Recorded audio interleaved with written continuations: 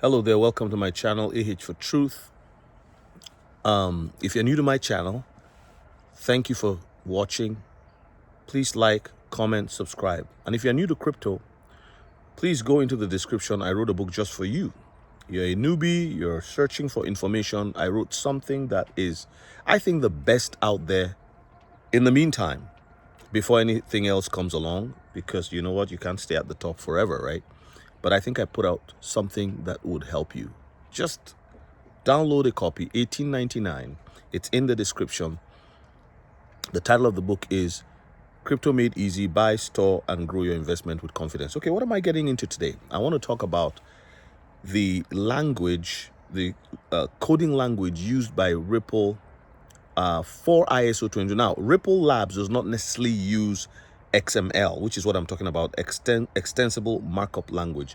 I had a live 2 days ago or yesterday, I can't even remember, but I got a warning on that live, and that's one of the reasons why I started the membership, because there's certain things you share publicly, and you actually talk about it in lives and all that, and then you begin to have some trouble.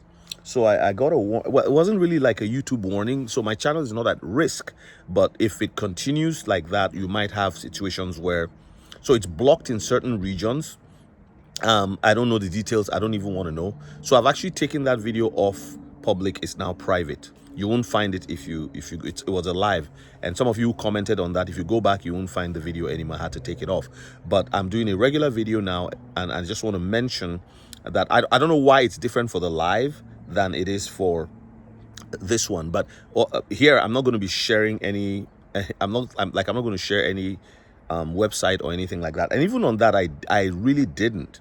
And then I had some problems also with sharing the one, the live where I was sharing stuff on the Federal Reserve. I mean, this is public knowledge, but I don't know why I had some difficulty with that one too.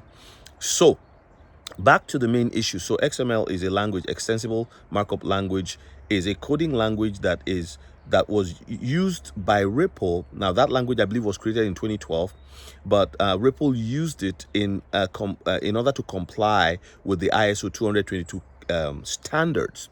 I want you to research it. When you research it, you see the beauty of this, okay? It's interesting when they are, why are they doing something that is global? Why is this adoption of ISO 222 global, and they can, even the Fed Reserve can say we can do something called a single day implementation? The simple reason is the language is the same. So Mr. A over there, Mr. B and Miss C and Miss D over there, all are going to use the same language. So Ripple integrated, right, XML, even though that's not their proprietary software that they developed and they use, or the language that they use for coding, they integrated it to their RippleNet system. This thing has been tested. It's been 10, 12 years in running. It's been tested. It's going very well. I mean, so beside Ripple integrating it into their RippleNet and using it for, their testnet environment over the last number of years, about a decade, you have also Swift. You just Google Swift XML. You will see what I'm saying. Or you ask, just know how you ask your questions to these search engines. Does Swift use XML?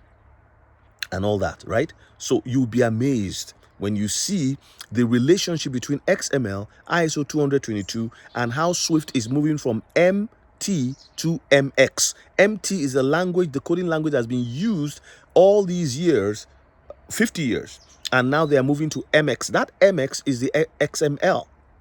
And is it any wonder that you have XRP, XDC, XRP leading the charge for the ISO 222 blockchain native assets? A native asset is actually the crypto on this, the native crypto of a blockchain. And for the XRP ledger, it is XRP. For the XDC network, it is XDC. For the Stellar network, it is XLM. You see? Again, my channel is here to break things down so that everyday people, an enthusiast does something. You have people who are pilot enthusiasts. They fly planes, not because they want to earn income as a pilot. They may earn income, helping people navigate certain things in the industry, but they do it because they love it. There are divers, deep sea divers who are enthusiasts, and they become almost like a professional because over the years they've learned so much about it. I'm not a cryptographer. This is not financial advice. I'm not telling you what to buy, please. I'm making videos as an enthusiast who loves and is passionate about crypto and the new technology. At my age, I have colleagues who are telling me, you know what, I don't think I want to do that. I'm too old already. I want to, but I'm excited when I see that most of the people who are on my channel watching me, learning, are 24-year-old, 26-year-olds, 30-year-olds. Most of my channel, over 50% of the channel is less than 45 years old. That's very encouraging. And I'm telling you, even higher than that. And they are the ones asking questions. They are the ones who want to know what's going on. So, friends, just watching and looking at all of these major players, these stakeholders. I didn't even mention, I said Federal Reserve. Did I mention that one? The Federal Reserve, Fed now, they have all, adopted the Federal Reserve and all its different departments and subsidiaries have adopted XML in readiness for ISO 20022. So they're all speaking the same language. What was the hurry? Well, because they had deadlines. They had March 14th, which they moved to July 14th for their single-day implementation with FedNow and Fed Reserve as a whole. And then you have November 25th for SWIFT for their own. They didn't call it that, but that's what is going to happen. And they're all speaking the same Greek language, French, or whatever you call it. It's called XML, Extensible Markup is it language or I even forget, but you see what I mean. So just Google that, DuckDuckGo it, or go on a AI and ask questions like Grok, ChatGPT, and you'll be amazed. This is just a way of reinforcing what we've been talking about, that something is going to break out. And this is why I believe when XRP will take off, XLM takes off, XDC takes off, those three, now the others will follow, because those three are clearly directly engaging in finance, not just general commerce, not just certain other applications like IOTA is machine to machine, HBAR is mainly commercial applications and some finance, but majorly commercial. Algorand is more of real estate, mortgages, and things like that. So they all have different roles to play, but the leading ones are the ones that will convert the banks, TradeFi, merge traditional finance with the digital world. I'm gonna, oh, by the way, I just wanted to say this before I round up. I want to say thank you for your patience for my second book, which was meant to come out in July. If you are waiting for it, I apologize. I sent an email to all of you who have paid for it, and if you just paid recently, I noticed some people also bought that. It's at a discount for $7.99. It's very cheap, but the book actually dives into how the ISO 20022 blockchain native assets operate within the banking system and other industries. Remember, this is a very new area. I'm an enthusiast, not necessarily an expert, and I'm researching, finding things, and putting the information out there, checking the information, and you can research it yourself and fact check the things I'm putting out. But there's so much change that has happened in the last 2 months, 3 months since I started putting the book together, writing it. And again, I want to make sure everything is up to date and up to speed, and also some scheduling delays. But at the end of the day, it'll come out, and I think it's going to be an amazing piece of work. You guys will enjoy it.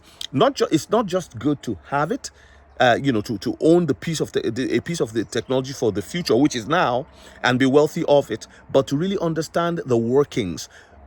We're not going to understand the details. We don't aim to be cryptographers, but at least have more knowledge about it. It makes you stand out, it makes you strong, and it makes you believe in what you hold, so you don't get rid of it just because you see some cash piling up in the corner. No, you want to hold it and reap benefits for generations to come.